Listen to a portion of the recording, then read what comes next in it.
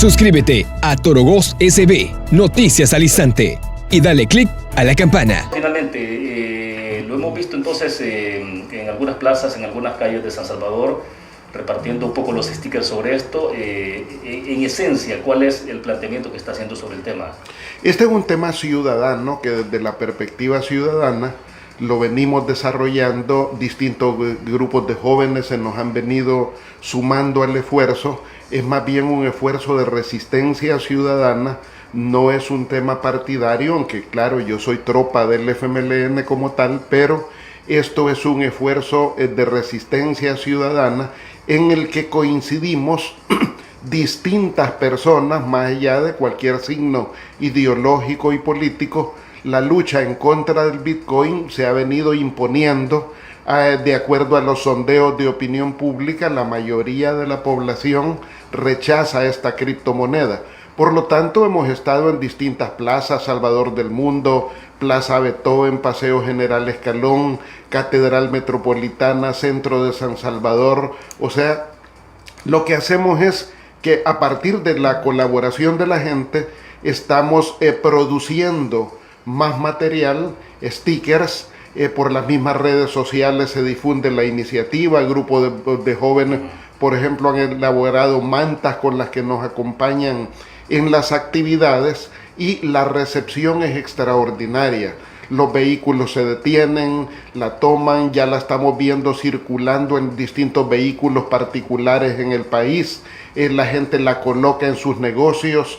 Por ejemplo, la experiencia de este domingo en el centro de San Salvador, como lo publiqué en redes sociales, es que vendedores de sorbetes la colocan en su carretón, vendedores de minuta, vendedores de atoles, gente que está con su negocito de ropa, etcétera, también la colocan, porque hay una enorme incertidumbre por los efectos negativos que esta criptomoneda va a tener en la economía salvadoreña. Entonces, por lo tanto, la gente se está sumando a la iniciativa, porque en realidad no ha sido una iniciativa consultada a la población, una iniciativa sumamente compleja. Bueno, de hecho, ningún país del mundo ha adoptado hasta hoy, que lo quiere hacer El Salvador, esta criptomoneda como instrumento de curso legal. Ahora bien, pero ¿usted cree que sí entonces hay comprensión de la gente de la implicación que tiene para su economía? Porque bueno, aquí si lo tratamos de colocar en dos esferas, ¿no? La economía de la familia y la economía nacional. ¿Usted cree que sí hay comprensión de la gente de que esto puede tener un efecto negativo? Porque bueno, tampoco hemos conocido alguna campaña institucional que establezca, digamos, las ventajas desde otro ángulo, digamos, pero ¿usted cree que sí hay comprensión de eso de la gente, de que esto puede ser más negativo que positivo? Así es, ese es el tema. La gente tiene la percepción, porque claro, en esto los medios de comunicación han abundado en las declaraciones, en las posturas de los organismos financieros internacionales, los especialistas económicos, los tanques de pensamiento. No hay ninguna institución seria, organismo financiero internacional, tanque de pensamiento, universidad, economista, que esté acompañando el Bitcoin. Todos los análisis, todas las posturas públicas que conocemos en los medios de comunicación están en contra de esta criptomoneda como instrumento obligatorio y como instrumento legal para la economía de un país. Ya claro, si alguien quiere voluntariamente, porque tiene recursos, porque le sobran recursos, invertir en esta criptomoneda, así como compramos la Lotería Nacional, si es voluntario, pues no tendría ningún problema. Cada quien hace con su dinero lo que le da la gana. Este es un país libre. Pero imponer mediante ley esta moneda como instrumento de curso legal es lo que la gente rechaza. No solo por el desconocimiento que hay, sino también por las amenazas que esto representa. Las criptomonedas, por ejemplo, son un instrumento que está siendo útil para los lavadores de dinero, para los evasores de impuestos, para quienes ocultan dinero procedente de corrupción o de cualquier empresa ilícita. Entonces, por lo tanto, no es un instrumento, además, es un instrumento altamente especulativo, que cuando se aprobó valía 64,000 por dólar y unos días después bajó a 30,000 se recuperó a 35.000, 38.000, puede volver a caer, por ejemplo, después que se aprobó en El Salvador, China, por ejemplo, cerró el minado de esta criptomoneda porque consume demasiada energía eléctrica y eso significó un desplome para esta criptomoneda. Ahora, pero China también está trabajando sobre su propia moneda digital, que es distinta, ¿no? Distinta porque es con el yuan. El yuan digital, un yuan digital. Sí. España, por ejemplo, el fin de semana persiguió y desmanteló toda una red clandestina de minado en España. O sea, vimos a los agentes policiales rompiendo puertas y entrando. Derribando, sí, encontraron una cantidad inmensa de computadoras y le decía la información que le llamó la atención a las autoridades porque vieron que había un consumo excesivo de energía eléctrica en una vivienda, ¿no? Entonces procedieron y efectivamente encontraron todo el equipo para minado. Y bueno, con el tema de lo que usted mencionaba, Eugenio, es que el Bitcoin, por ejemplo, en este momento lo googleamos y el precio por dólar, ¿no? Está en $49.144 con 10 centavos, un Bitcoin. Y hace un día, 2 días atrás estaba prácticamente 50, o sea, ha bajado un poco. Hace menos de 2 meses cayó a casi 30.000. Sí, sí. Bueno, y cuando se aprobó estuvo en 64.000. O sea, es una moneda muy inestable, altamente volátil y por lo tanto no recomendable para la institucionalidad de una economía de país. Más bien un instrumento especulativo para el rango de aquellas personas que tienen importante acumulación financiera que pueden darse el lujo de tratar de ganar o perder en una operación y que no pasa nada, siguen jugando con su dinero. Entonces por eso algunos le llaman a esta moneda una moneda de casino, por el alto nivel de volatilidad, de riesgo que representa para la economía. Entonces, y además yo creo que aquí hay otro elemento muy delicado.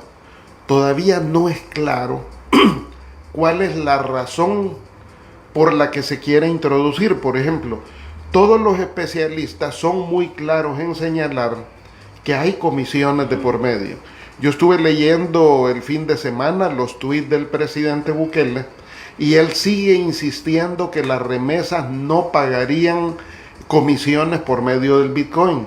Todos los analistas señalan que no es cierto, porque además, si alguien entrega una remesa en Estados Unidos en Bitcoin y alguien la retira de un cajero en El Salvador, la pregunta sencilla es, bueno, los cajeros automáticos, pues no son obra del Señor, o sea, no son instrumentos eclesiales, son negocios. Entonces, ¿y de dónde se sostiene un cajero? O sea, hay comisiones, no es cierto que no hayan comisiones. Luego, con la experiencia, por ejemplo, de la zona esta marítima, donde en una playa se ha venido ejecutando en pequeña escala por mucho tiempo, todas las personas que fueron a hacer un experimento personal, voluntario, también se han dado cuenta que al hacer la transacción, ya sea de Bitcoin a dólares o de dólares a Bitcoin, se paga comisión. Entonces, no es cierto que la moneda sea un regalo, no. O sea, además de la inestabilidad, es una moneda que no está exenta de comisiones, pero, insisto, lo más grave es la inestabilidad, la volatilidad de la moneda. Hay otro tipo de problemas que señalan los expertos. Por ejemplo, el uso de esta criptomoneda demanda también teléfonos inteligentes, teléfonos de alta gama. La población, y lo hemos ocultado, por ejemplo, en mercados, en zonas populares, en el centro de San Salvador, pues no todo mundo tiene un teléfono de alta gama, un teléfono inteligente para poder alojar en su teléfono la wallet, la cartera, la billetera digital que le permita manejar ese instrumento legal. Pero por otro hay otros rangos de inseguridad. Por ejemplo, ¿qué pasa? Lo que es bien usual en nuestro país, que a la gente le roben los celulares. O sea, son miles de celulares robados cada mes. Si la gente no fue capaz de manejar, almacenar una clave, la clave, por ejemplo, tiene que ser de al menos 20 caracteres, O sea, son claves complejas. Si a la gente se le olvidó la clave, le robaron el teléfono, no puede volver a instalar la billetera, la gente pierde su dinero. Si, por ejemplo, alguien fallece producto del COVID, de un accidente, y no dejó la clave a la familia, no hay vía legal para poder recuperar el dinero que esté en esa billetera. O sea, no hay en este caso las garantías del Estado para soportar un negocio tan inestable, tan inseguro, tan volátil. Entonces la gente tiene muchos temores en ese sentido. Luego, la conectividad. El país no cuenta, bueno, y lo hemos visto, por ejemplo, con el tema de la educación a distancia hoy a raíz de la pandemia, los rangos de conectividad en el país, la seguridad del internet que todavía disponemos en este país es sumamente baja. Entonces, por lo tanto, tampoco existe la disponibilidad tecnológica, el soporte técnico para una aventura de esta naturaleza que se ha propuesto el presidente tosudamente, de manera muy necia, porque en realidad, ¿y por qué digo tosudamente y de manera muy necia?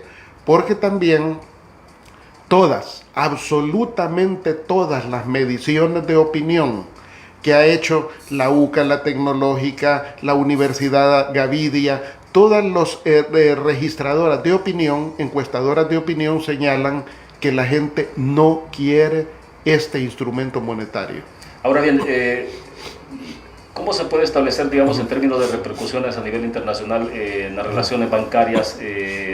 ¿Habrá comprensión de todo esto, Eugenio? ¿Hasta qué punto, por ejemplo, se puede entender que en un momento determinado? Digo, porque cuando lee uno las declaraciones y citamos al profesor Steve Hanke, porque él es de la Universidad Johns Hopkins, ¿no? Es un especialista, un economista muy reconocido a nivel mundial, y en Estados Unidos no digamos, y él señalaba de que hay una amenaza y es de convertir el sistema financiero en un sistema financiero paria a nivel internacional. Entonces uno se pregunta, bueno, más allá de si por ejemplo el Bitcoin finalmente será obligatorio o no, hoy por hoy la ley lo establece, ¿no? O sea, más allá de la interpretación, lo claro es que el artículo 7 sigue vigente, con toda su normativa, la ley en general. Entonces, o sea, hay como dos. ¿Usted cree que podría haber como dos tipos de repercusiones? Las domésticas, locales, o las que pueden haber también internacionales, en términos de esas relaciones financieras. Ahora la globalización de la economía, el sistema financiero.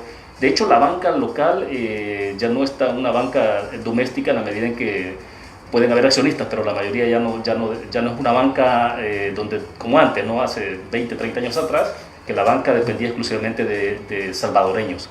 Esta es una banca internacionalizada, la banca salvadoreña. Bueno, el problema estructural ya para la economía, trascendiendo el aspecto doméstico, las limitaciones que la gente pueda tener en el manejo de esta criptomoneda, ya a nivel estructural hay muchos problemas.